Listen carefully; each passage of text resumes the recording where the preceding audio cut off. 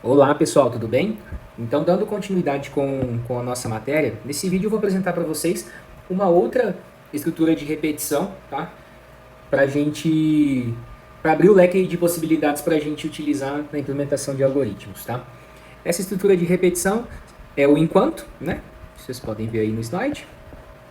E aqui embaixo está apresentado como que essa estrutura ela é esquematizada, né? Qual que é a sintaxe de forma geral dessa estrutura de repetição?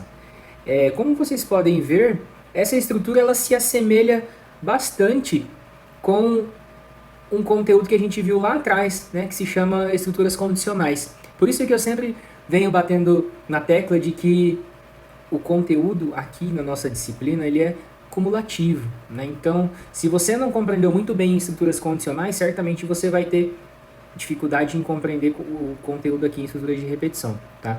Essa estrutura de repetição enquanto, ela se assemelha bastante com estruturas condicionais, o que diferencia são essas palavras reservadas, né? Enquanto, faça e fim enquanto. E a leitura ou interpretação dessa estrutura de repetição é basicamente dessa forma.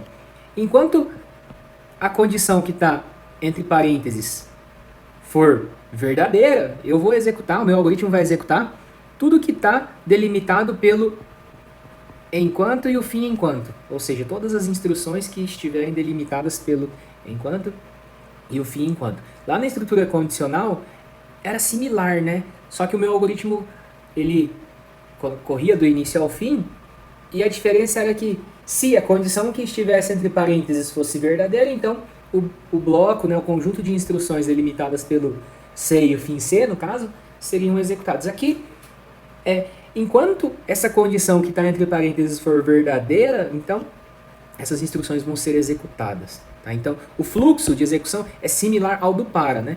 As instruções estão sequenciadas, então elas vão ser executadas em ordem. Né?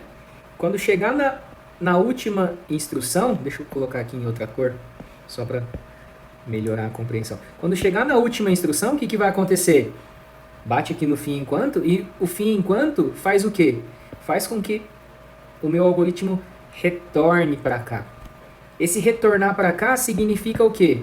Avaliar essa condição que está entre parênteses. Se essa condição entre parênteses for verdadeira, então execute novamente todas essas instruções até que chegue na última e faça o quê? Volte novamente para avaliar a condição. Se essa condição for verdadeira, execute novamente assim sucessivamente. Até quando eu vou executar isso? Até que em algum momento essa condição seja falsa. Quando essa condição for falsa, me retornar um valor lógico falso, o que vai acontecer? De forma similar à estrutura condicional. Quando a condição é falsa, o que acontece? Todo o bloco delimitado pelo C e o fim C é ignorado. Aqui vai ser igual. Quando a condição for falsa, me retornar um valor lógico falso, todo o bloco de instruções delimitados pelo enquanto e o fim enquanto vão ser ignorados e o meu algoritmo segue na execução da próxima instrução, das próximas instruções que vierem logo na sequência do fim enquanto, tá? De forma similar à estrutura condicional. Beleza, pessoal? Só reforçando, né? Deixa eu dar uma limpada nisso aqui agora. Quando eu falo condição, o que eu quero dizer com essa condição aqui, entre parênteses? Acabei de falar, né? Essa condição me retorna um valor lógico. Lógico ou booleano, né? Que vocês estão acostumados aí, né? O que é isso? É um valor verdadeiro ou falso, true ou false, né? Que tipo de expressões podem resultar em valores lógicos? Mais fácil. Expressões, operações relacionais, né? Que são operações relacionais que relacionam duas coisas do mesmo tipo, né? Duas variáveis ou uma variável com valor constante, maior que, menor que, maior igual, menor igual, igual, diferente, né? E tudo isso se enquadra em operações relacionais, né? Ou a gente tem o segundo estágio, que são operações lógicas. Operações lógicas relacionam duas coisas lógicas, né? Duas coisas que retornam valores lógicos. Podem ser duas operações relacionais, né? Pode ser, por exemplo, assim, x maior que 2, y menor que 3, duas operações relacionais, né? Só que a diferença é que nas operações lógicas eu tenho esses conectivos e ou, de forma geral, né? Só fazendo uma revisão aqui. E aí, dependendo desses conectivos em roxo, o resultado da operação lógica pode ser verdadeiro ou pode ser falso, certo? Se você ainda está com dúvida em operações lógicas, né, operadores lógicos, então retorne lá nos vídeos de estruturas condicionais que eu falo de forma bem detalhada a respeito disso. Tá bom, pessoal? Então, é isso, né? Essa condição, ela não necessariamente precisa ser somente uma única operação relacional. Podem ser várias operações relacionais, desde que essas operações relacionais estejam estruturadas, estejam conectadas pelos operadores lógicos, que nem eu fiz aqui embaixo. Beleza, pessoal? Aí, eu sei que vocês devem estar perguntando assim, professor, mas existe diferença na utilização do para para o enquanto ou do enquanto para o para? Aqui em algoritmos, eu vou até colocar isso aqui, tá? Em algoritmos,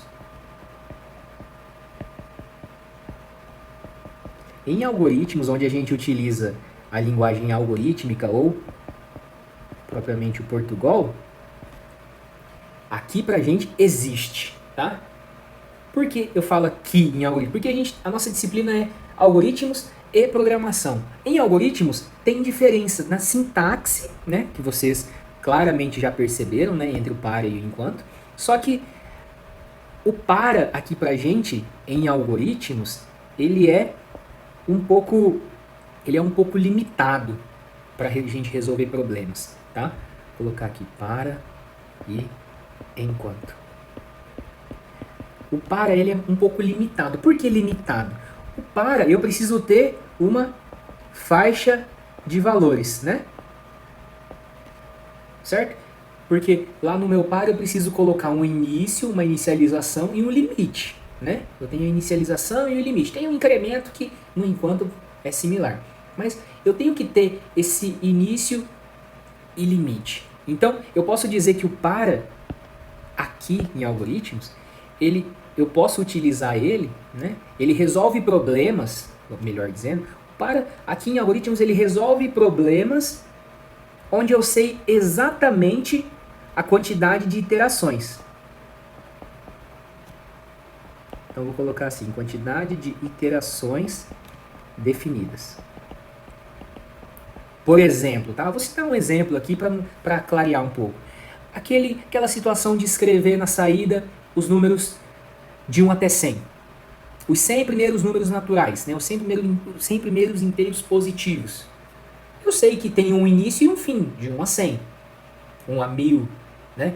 Ou então, leia da entrada 10 notas de alunos e calcule a média. Eu sei que eu consigo, com o para, né? Eu sei quantas vezes aquele bloco ou aquelas instruções vão ser executadas. Então, quando eu sei a quantidade de vezes, quantidade de iterações que a minha estrutura de repetição vai ter, então o para consegue resolver aqui em algoritmos, tá?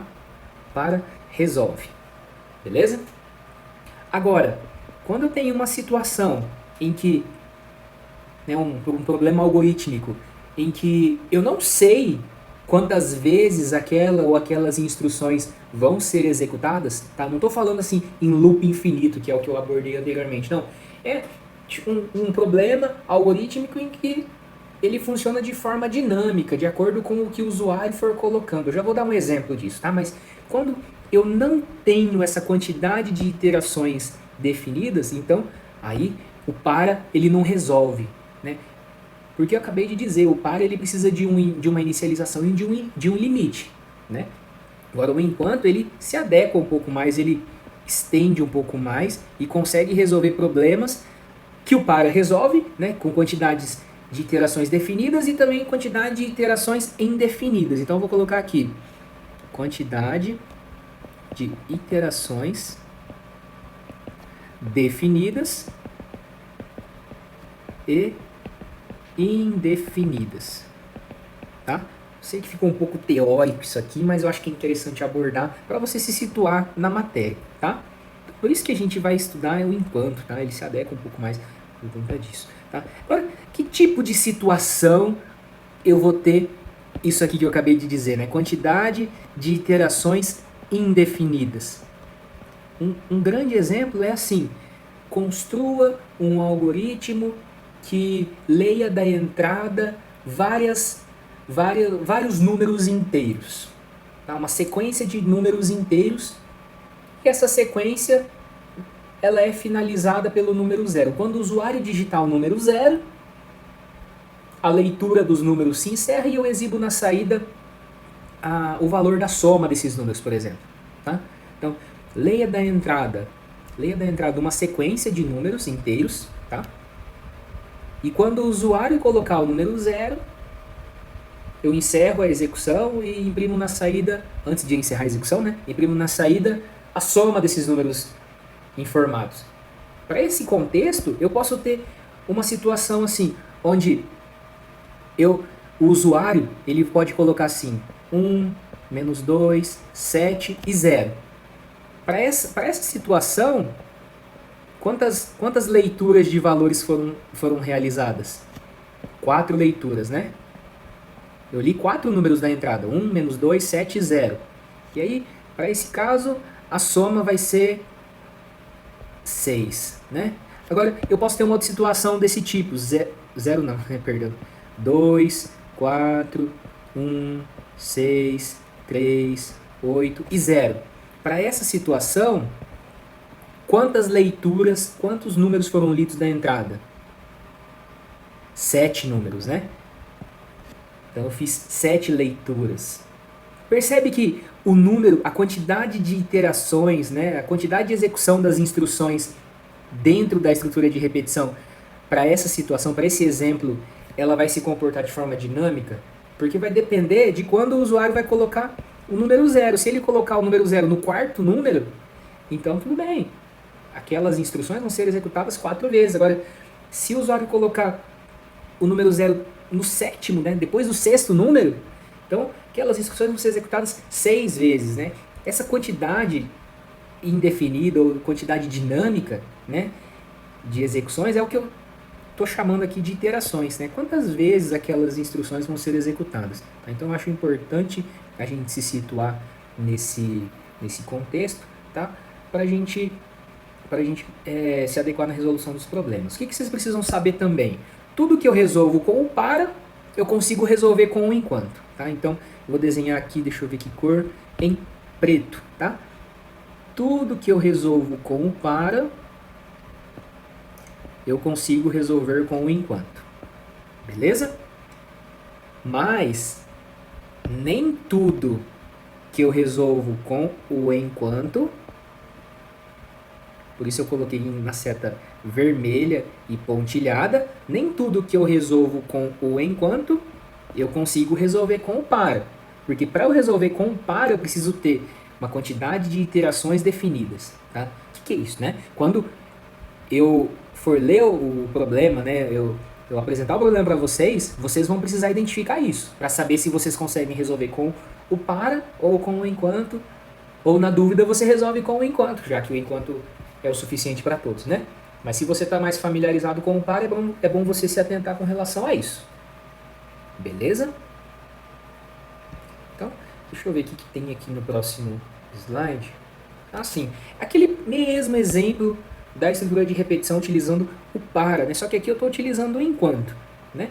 Basicamente, eu vou executar algumas iterações aqui, só para você compreender o que está acontecendo, né? Então, inicialmente eu tenho uma variável sendo declarada, ela se chama num, né? Na linha 4, ela é inicializada com 1, e aí depois o fluxo acontece da seguinte forma: avalio a condição, né? Conteúdo da variável num é menor ou igual a 100? Se for, executa o que está entre enquanto e o fim enquanto. Nesse caso, né? Vou colocar aqui colocar assim, a primeira iteração, né? Na primeira iteração, beleza, é verdadeiro. Então, escreva, vai ser impresso na saída, esse texto, né? Concatenando com o conteúdo da variável num. 1. Beleza? Depois, num recebe num mais 1. Conteúdo da variável num mais 1. Estava com 1, vai para 2, certo? Fim enquanto retorna. O que acontece? Segunda iteração, né? Início. Conteúdo da variável num é menor ou igual a 100? Sim, 2 é menor ou igual a 100. Então escreva na saída número, né, esse texto e conteúdo da variável num. Depois, num recebe num mais 1. Estava com 2, vai para 3. Fim enquanto volta para a condição. Terceira iteração. Tá? Conteúdo da variável num é menor ou igual a 100? Sim. Então, número, conteúdo da variável num, 3. E assim, sucessivamente, tá? Não vou executar isso aqui até chegar a 100, porque senão eu vou ficar horas fazendo isso, né? O que vocês, eu gostaria que vocês se atentassem aqui, né? Acho que vocês, inclusive, já até identificaram, né?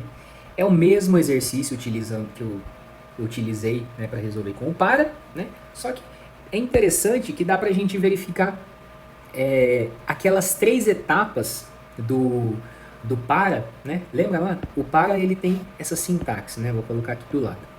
Para. Aí ele tem uma coisa aqui chamada inicialização. Aí depois ele tem uma outra coisa aqui chamada limite. E depois ele tem uma outra chamada de incremento ou decremento, né? Para aí as instruções e o fim para, certo? As instruções ficam aqui, né?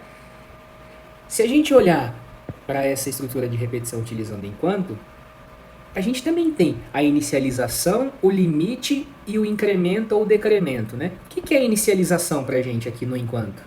Inicialização está aqui, né? Num recebendo 1. Mesma coisa se eu fosse fazer com o para, né? Num de 1. O que seria o limite no para? Para a gente, o limite aqui no enquanto é essa condição, né? Enquanto o conteúdo da variável num não ultrapassar 100. Né? Se ultrapassar de 100, o que vai acontecer?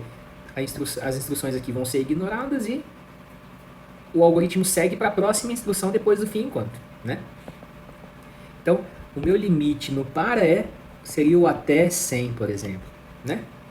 Então, esse aqui é o meu limite no enquanto, para esse caso. Lembrando que o enquanto, ele resolve também outras situações, quando eu não tenho quantidade de iterações fixas, né? Quando eu tenho quantidade de iterações dinâmicas, né? Que vai depender da interação do usuário, das entradas do usuário, né? Que eu citei anteriormente, beleza?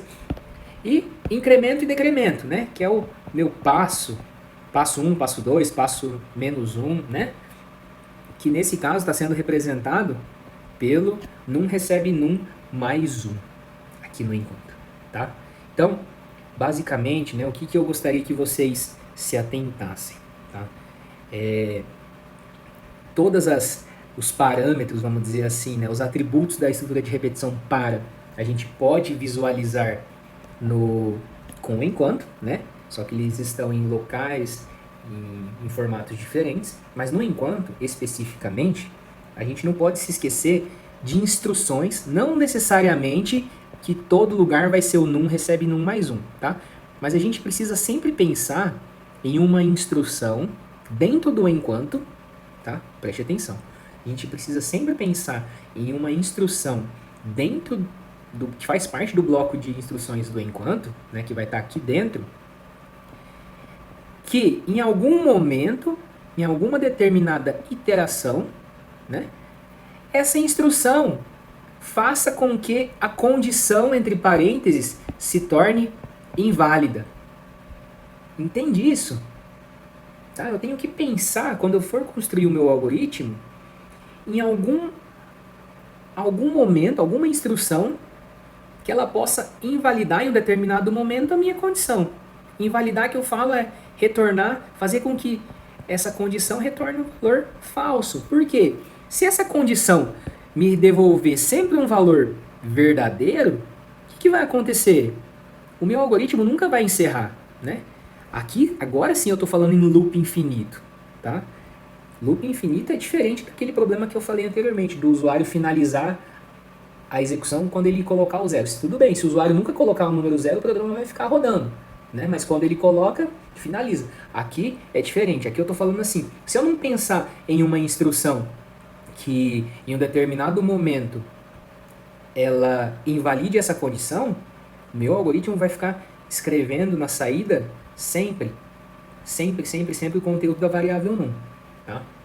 Então eu preciso pensar sempre em uma... Além de ter que resolver o problema, nesse caso o problema era imprimir na saída os números de 1 a 100, né? Os 100 primeiros números naturais, né? Além de pensar em resolver esse problema, eu preciso pensar em algum momento de fazer a minha estrutura de repetição finalizar, tá?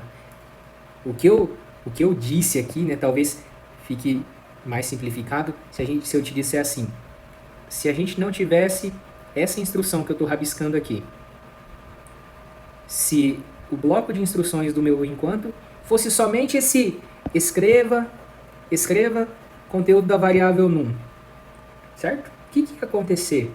A minha variável num, ela ia inicializar em 1, né? Então ia ter uma situação assim, num com o número 1.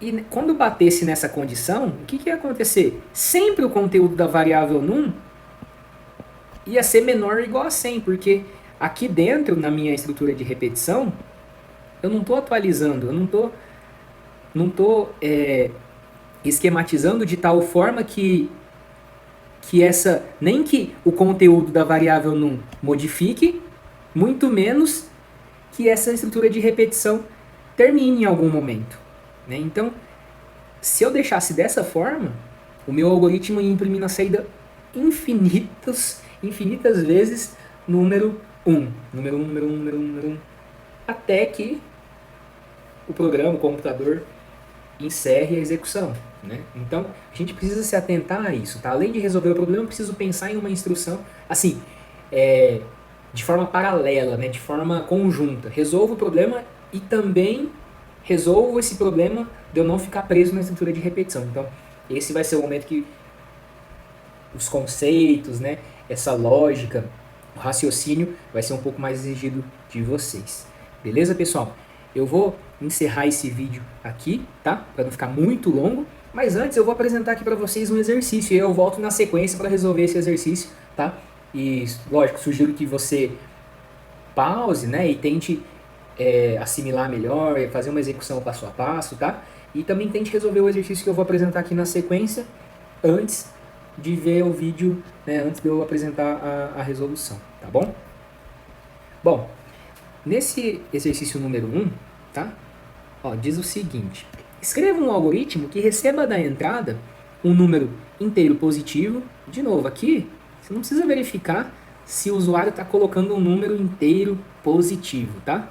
Assume que o usuário vai colocar números naturais, beleza?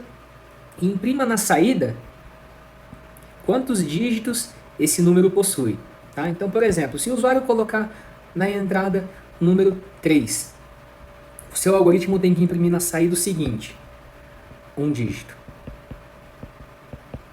Se o usuário colocar de entrada o número 125, o seu algoritmo tem que imprimir na saída 3 dígitos, tá?